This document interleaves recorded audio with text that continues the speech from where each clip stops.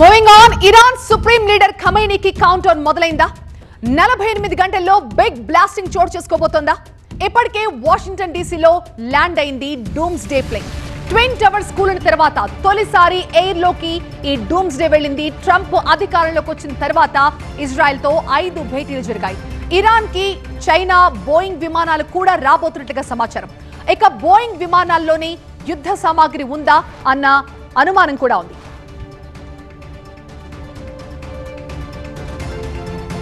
Iran ని centre చేసేందుకు ఎప్పటి నుంచో ప్లాన్ చేస్తున్న ఇజ్రాయెల్ దాన్ని అమలు చేసేందుకు ఇప్పుడు అమెరికా సహాయం తీసుకుంటోంది.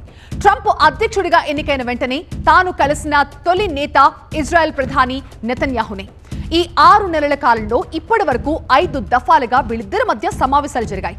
ఈ సమావేశాల్లో వీళ్ళిద్దరి మధ్య ఎక్కువగా డిస్కషన్కి వచ్చిన పాయింట్ ఇరాన్ ని దెబ్బ కొట్టడం.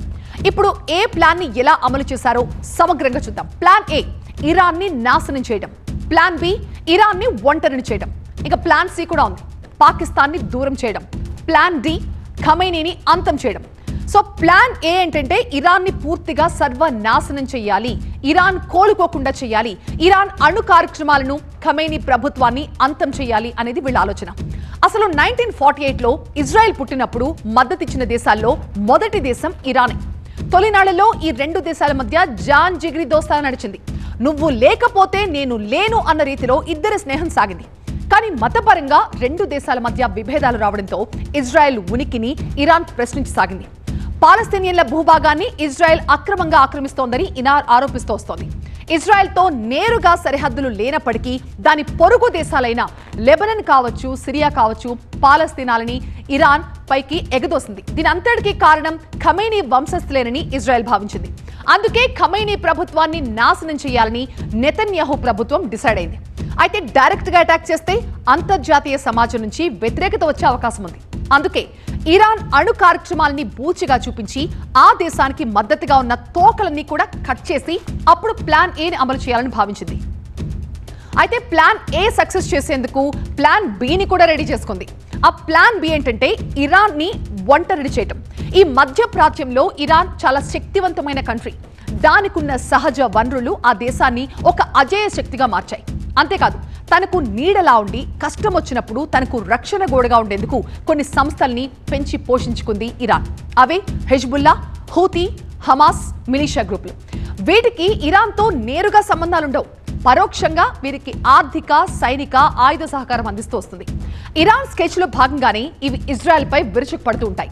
ఇది గ్రహించిన ఇజ్రాయెల్ ముందు ఈ తోకలన్నింటినీ కట్ చేసింది. హమాస్ కావచ్చు, హెజ్బుల్లా, హూతీ, మిలిషియా వీళ్ళ అంతు చూసింది. ఐడిఎఫ్ దాడులతో కోరలేని పాములా మారిపోయాయి ఇప్పుడు ఈ సంస్థలన్నీ. సో ఇప్పుడున్న పెద్దన్న ఇరాన్ ఇబ్బందుల్లో ఉన్న సహాయం చేయలేని స్థితిలో తమ్ముళ్ళున్నారు.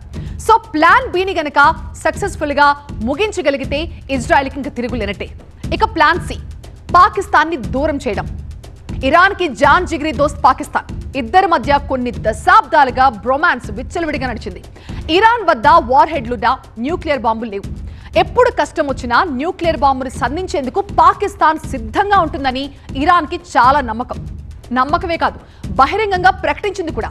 కానీ ఇజ్రాయెల్ స్కెచ్ లో పాకిస్తాన్ అమెరికాకు దగ్గర చేసింది. వ్యూహాత్మకంగా పాకిస్తాన్ ఆర్మీ చీఫ్ మునీర్ని పిలిపించుకుని వైట్ హౌస్ లో విందిచ్చింది యుఎస్. సో వాణిజ్య ఒప్పందం ద్వారా పాకిస్తాన్ ముందర కాలికి బంధం వేసి అమెరికా చేతిలో ఒక కీలుబొమ్మగా మార్చేసింది ఇజ్రాయెల్.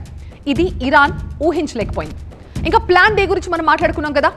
ఇప్పుడు ఇరాన్ కి మద్దతు ఇచ్చేందుకు ఏ దేశాలు ముందుకు రావట్లేదు. అంటే ఇప్పుడు ఇరాన్ ఒంటరి. ఆర్థికంగాను, ఆర్మీ పరంగాను ఏ కంట్రీ అమెరికాను కాదని ఇరాన్ కి సపోర్ట్ గా నిలిచే పరిస్థితి లేదు. So plan A, B, C ద్వారా ఇరాన్ చుట్టూ ఉన్న కంచుకోటల్ని బద్దలు కొట్టి ఖమైనీ కథని ముగించాలని ఇజ్రాయెల్ భావిస్తోంది. మరో 48 గంటల్లో ఒక బిగ్ డెసిషన్ రాబోతున్నట్టుగా తెలుస్తోంది. ఇప్పటికే ఇరాన్ తో యుద్ధంపై ఇజ్రాయెల్ యుఎన్ తో చర్చించింది కూడా. యుద్ధం వల్ల తాను ఏం చేయబోతున్నాను అనే విషయాన్ని స్పష్టంగా యుఎన్ కి వివరించినట్టుగా తెలుస్తోంది. అంటే ఇరాన్ ని దెబ్బ కొట్టే వరకు ఇజ్రాయెల్ విశ్రమించదు. మరోవైపు అమెరికా కూడా ఇరాన్ పై తీవ్ర ఆగ్రహంతో ఉన్న ఖమైనీని ఖతం చేయాలనే దానిపై మాత్రం 2 రోజుల్లో ఒక నిర్ణయం తీసుకుంటారని చెప్తోంది. అంటే రాబోయే 48 గంటల్లో ఒక బిగ్ బ్లాస్టింగ్ అప్డేట్ అయితే రాబోతోంది. ఇప్పటికే వాషింగ్టన్ డీసీలో ఫ్లయింగ్ పెంటగాన్ గా పిలిచే డూమ్స్ డే ప్లేన్ ల్యాండ్ అయింది. ట్విన్ టవర్స్ కూలిన తర్వాత అమెరికా వ్యూహాత్మక రక్షణ విమానం గాల్లో ఎగరడం ఇదే మొదటిసారి. అంటే 48 గంటల్లో ఏదో జరగబోతుందన్న సంకేతాలు అమెరికా ఇస్తోంది.